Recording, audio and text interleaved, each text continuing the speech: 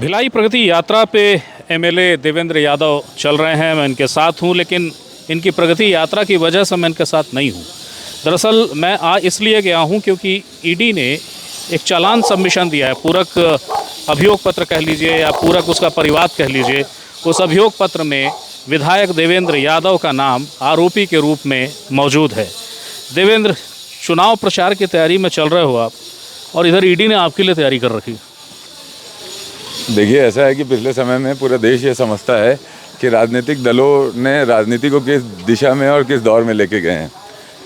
ED की कार्रवाइयाँ लगातार इस प्रदेश में हो रही है, पिछले 1.5-2 सालों से हो रही है। कोई तथ्य, कोई सबूत, कोई ऐसी चीज़ तो उनको नहीं मिली, लेकिन आरोपी बनाते जा रहे हैं लोग। मुझे कोई इसकी चिंता नहीं है, मैं अपना काम कर रहा हूँ। और जहाँ तक ईडी की बात है, मुझे अभी कोई सम्मान, कोई दस्तावेज, कोई कागज़ मिले नहीं है, इसलिए मैं कुछ स्पष्ट रूप से कह नहीं पा रहा हूँ। एक बार कागज़ आएंगे तो ज़रूर मैं प्रेस वार्ता लेकर सभी चीज़ों पे विस्तृत अपनी बात रखूँगा। जो अभियोग है, जो चालान में जो जिक्र आता है, हमने जानने की कोशिश की थी कि आखिर देवेंद्र को किस रूप में ईडी आरोपी मान रही है। तो ये विषय आ रहा है कि कोई ऐसा धन जिसका अर्जन अपराध से हुआ हो, उस धन का समायोजन कर देना या उसको कहीं पे इन्वेस्ट करा देना या स्वयं उसका लाभ ले लेना, ये एलिगेशन देवेंद्र पर है। देखिए, ऐसा है, अगर मैं कोई धन का लाभ लेता या समायोजन करता तो निश्चित रूप से इतनी रेड्स पड़ी तो कुछ निकलता।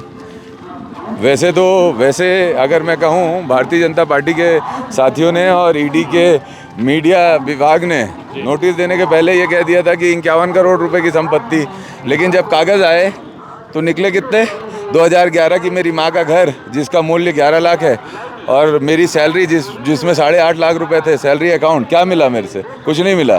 तो ये सब बातें, पॉलिटिकल बातें राजनीतिक समय में भारतीय जनता पार्टी के नेताओं को खुश कर सकती है, मुझे नहीं हिला सकती, ना हमारी भिलाई की जनता को प्रभावित कर सकती। भिलाई की जनता मेरे व्यक्तित्व को जानती है, और मुझे अगर कहीं सबसे पहले जवाब देना है तो मुझे अपने आप को देना है, खुद को देना है। और हमने हमेशा जनता के लिए, लोक सेवा के लिए काम किया है, जन सेवा के लिए काम किया है। जहाँ तक ये ईडी की कार्रवाइयों की बात है, निश्चित रूप से एक बार मुझे दस्तावेज आए, जैसे हमेशा होता है कि ईडी की जो कार्रवाई होती है वो बीजेपी के नेता पहले उसको उठाते हैं, मीडिया में पहले आता है, फिर बाद में हम जैसे जो उससे पीड़ित पक्ष है उनके पास कागज पहुँचता है। तो आने दो, फिर कुछ बोलेंगे, एक बार आए, अध्ययन करें, पढ़ें, फिर हम बात करेंगे, और हम कहीं पीछे नहीं हटेंगे। हम अपनी लड़ाई को उसी तेज़ी से, उसी मजबूती से लड़ते रहेंगे। हम कहीं भी ना दबने वाले हैं, ना डरने वाले हैं, ना प्रभावित होने वाले हैं। मैंने पहले भी आरोप लगाया था कि ईडी के अधिकारियों ने मुझसे राजनीतिक चर्चा की, मुझसे बीजेपी कांग्रेस की चर्चा की, मुझसे ये पूछा कि आप कौन से दल से चुनाव लड़ोगे। तो कहीं ना कहीं उन्होंने आपसे ये पूछा कि खैरागढ़ चुनाव का खर्च कहाँ से आया। मुझसे जो पूछा, जो नहीं पूछा वो कागजों में है, लेकिन ये भी ज़रूर पूछा कि आप कौन से दल से अगले समय चुनाव लड़ना चाहते हो। तो वो क्या चाहते हैं? दल बदल कराना चाहते हैं, दबाव देना चाहते हैं, और उसके लिए ये कार्रवाइयाँ। मैं नहीं डरता किसी और को डराएं। देवेंद्र, क्या ये एक ऐसा मौका, एक ऐसा आरोप है जिसको किसी प्रचार के मुद्दे की तरह इस्तेमाल कर रहे हैं अब आप? देखिए, ऐसा है, ये तो भारतीय जनता पार्टी को सोचना चाहिए। हम तो बहुत छोटे से कार्यकर्ता हैं, छोटे से कार्यकर्ता हैं, सार्वजनिक जीवन के सेवा भाव से लगे रहते हैं। ये क्यों मेरे पीछे लग के मुझे इतना प्रचारित कर रहे हैं? हर जगह बड़े बड़े पेपरों में, न्यूज़ में मेरे नाम आते हैं, तस्वीरें आती है, लोगों को लगता है कोई बड़ा आदमी होगा। फिर आप आते हो तो ऐसे रोड पे चलते हुए दिखता हूँ, ठीक है, तो अनुभव होता है कि ये तो सार्वजनिक गरीब कार्यकर्ता है।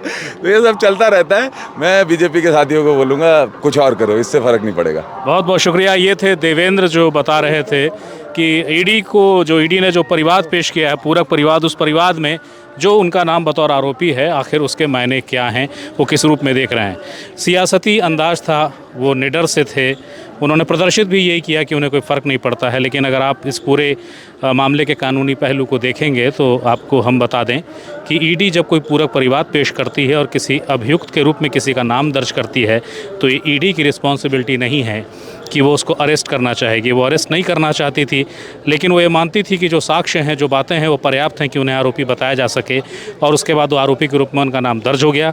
अब जब कभी ये प्रक्रिया शुरू होगी, यानी परिवाद के पंजीबद्ध होने की प्रक्रिया शुरू होगी, तो न्यायालय पहले नोटिस इशू करेगी और फिर समन्स जारी करेगी और तब प्रक्रिया शुरू होगी जमानत की।